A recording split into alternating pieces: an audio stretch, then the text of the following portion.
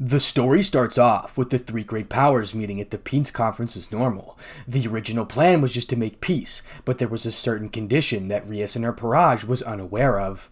Serzex finally breaks the silence and says, "I'm glad all of the three powers were able to make it to the meeting today. Let's go ahead and start discussing the details of why we are here." Azazel was finally the first one to talk, and the first thing he says is, "Shut up.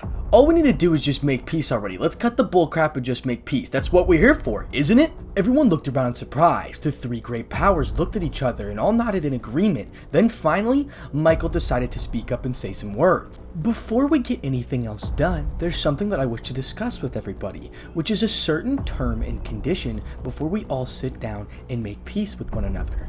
"Well, Michael, would you be so kind to let us know what this condition is that's holding us back from peace?" Azazel nods at Michael before Michael decides to speak again, reassuring him of what he is about to say. "Me and the Fallen Angel Governor have came to the conclusion that Issei is too much of a problem. He is the wielder of the White and Red Dragon Emperors after all. We all know what happened the last time a dragon was involved with the three great factions. They almost ran us into extinction." Issei finally decides to speak up. "What? So what? That has nothing to do with me. What Dragon Albion did in the past should not be held against me. This makes absolutely no sense." Rias's mood changes and she starts to get extremely concerned. "Lord Michael, with all due respect, what exactly is your point? Issei would never do anything to harm any of you guys. What are you trying to say?" "Rias, Issei, I understand your concern, but let's give them a chance. Lord Michael, tell us what exactly you are trying to get at. We would all like to know." Azazel decides to interrupt them. "Let me handle this, Michael. What we are trying to say is that to achieve peace, we should get rid of this dragon in specific. He causes too much of a problem. He is a dragon after all, and he could cause us all harm in the future if his power is left unhinged. I suggest we banish him to the dimensional gap." Everyone looks around in surprise at hearing the news that was just told to them. Rias and her Parage were in utter shock from what they just heard. He was thinking in his head that he must have misheard them. Why would he suffer for what Dragon Albion did in the past? There is no way they're actually considering this, right? Rias breaks the silence. This is absurd! Issei has nothing to do with what the dragons did in the past. He's not battle-lusted like the dragons. He's different. And how exactly do you know that for sure? Do you think that we will just trust the word of you? You are his master after all. Issei intervenes.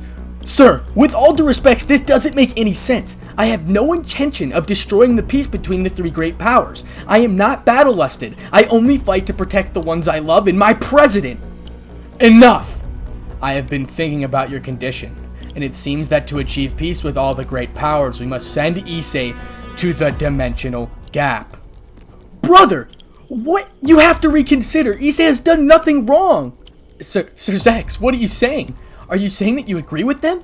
How could you do this to me? I thought we were closer than that." "Issei, I am sorry. I do not wish to do this to you, but to achieve peace with all the great powers, I must sacrifice to you. This is for the greater good, Issei. I hope you can understand."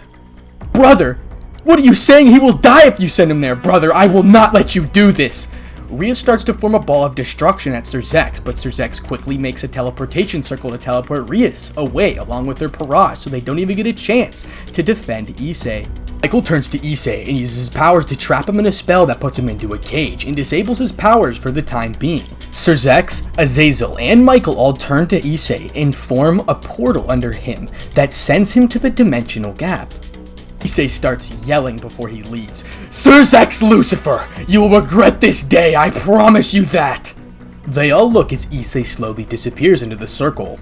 Then the three leaders look at each other and nod their heads. After this, they all signed the peace treaty and thought about what they have done. They all came to the conclusion that this was the best thing to do to make sure that this dragon never harmed the three great powers again. Now, we're back with Issei. Issei appears in the dimensional gap. Issei is still in the cage that the leaders put him in. He is not sure how long this cage will last, but as soon as it does, he has the possibility of dying from suffocation. Drake finally sees a way to get through to his partner. "Partner, for some reason me and Albion were unable to contact you while you were in the meeting, but we heard everything. We will talk about it later. Right now, we have to find a way to be able to survive in the dimensional gap. Otherwise, you will suffocate and die." Albion also decides to speak up. Issei, we need to come up with a plan right now. I agree with Drake. Otherwise, you will die. Drake, Albion, I have no idea what to do. I am trapped inside this damned cage, but it's the only thing that saved me from At this very moment, the cage dispels and Issei starts immediately suffocating and choking to death. Shit. Is this really the way I'm gonna die? Being betrayed by the people I trusted and sent to this damn place? No! I refuse this outcome! I will get revenge no matter what it takes! I swear! At this very moment, Issei is almost about to die from suffocation, but a certain mysterious figure appears in Issei's mindscape. Did I hear that correctly, boy? Did you say anything? Issei, without thinking, immediately replies and says, Yes! Yes! I mean anything! The mysterious figure then replies and says, Let's make a deal. I will lend you my power and you will help me with a certain task. Agree? Yes, I will complete any task you ask of me, only if you help me get my revenge. Wait, who even are you? And how am I still alive? And where is Dragon Albion? I am the ancient dragon god of Annihilation, Bahamut. I am the most powerful dragon in existence. You are alive right now because I want you to be alive. You also have no contact with your dragons right now because you are in my domain. Now let's move on. I have 2 conditions. 1. Eliminate all of the gods and show no mercy to anyone in your path. 2nd, I want you to rebuild the dragon faction. If you refuse, you die anyway. So what's your decision, devil? I agree to these terms and conditions. I will destroy my enemies and rebuild the dragon faction from scratch. Now that's what I wanted to hear. Alright, when I lend you my power, you will become full dragon and be able to breathe in the dimensional gap without any problems. You will fall into a coma for 2 weeks for your body to become fully dragon. Are you prepared for this? I am. Let's do this. Anything for my revenge. At this very moment, Issei became the wielder of Bahamut, the Dragon of Annihilation, as well as being the White and Red Dragon Emperor. In 2 weeks, Issei will wake up and be full dragon and no longer be a pawn piece of Rias Grimory due to this. Unfortunately, Rias will think Issei is dead because of this. 2 weeks have passed since Issei's transformation and he finally wakes up. What is this power I feel? It's truly massive! I could take on anyone with this strength, even God himself! Hello, my partner. Welcome back to the real world. But first things first, I need you to go into your balance breaker form for me, says Bahamut. Issei, without a second thought, immediately says the words. Welt's Dragon, Annihilation Balance Breaker!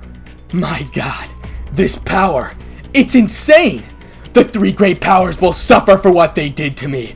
I'm coming for you, Sir Zex. I will ruin the whole entire underworld. And that is going to conclude the story for now. If you guys definitely want a part 2, I want 1,000 likes on this video because I've never had to spend so long on something before besides this project. I put all of my soul and power into this project. If you guys couldn't already tell, I literally just learned how to edit all of this like that day. So it took me 5 hours to edit this video, and I even wrote the script personally, and I have 5 pages of the script done. So once again, this took a lot of effort, but it was a lot of fun because it makes the project more intense, and I hope you like the background music and things like that. Tell me if I need to lower the music or something like that in the end, because I don't really know what's going on. But before all of that, before I thank you guys some more, a shout out to my balance breakers. Rob the King, Lachlan Yates, Atomic Warlord 58, Crumbling Darkness Fear, Madly Wolf 333, Ant Lewis, The Beast YT3, Shade Fox, VR Wolf #2347, Sinrar Q, Jordan Pachow, Mazaku, Dr_MLG_ is the bomb, Asamotus, Grim Fireshot Gamer, Brandon Lieutenant Riley, and Jonah Levinston. Thank you so much for becoming a balance breaker. I can't thank you guys enough for supporting me in this endeavor. Like, seriously, thank you for becoming a balance breaker membership, which is the highest membership tier. So, thank you so much for the support. Hopefully we can hit 1,000 likes on this series because, my god, this is absolutely crazy. And without further ado, Spartanic ArtzDxD out. 30k soon!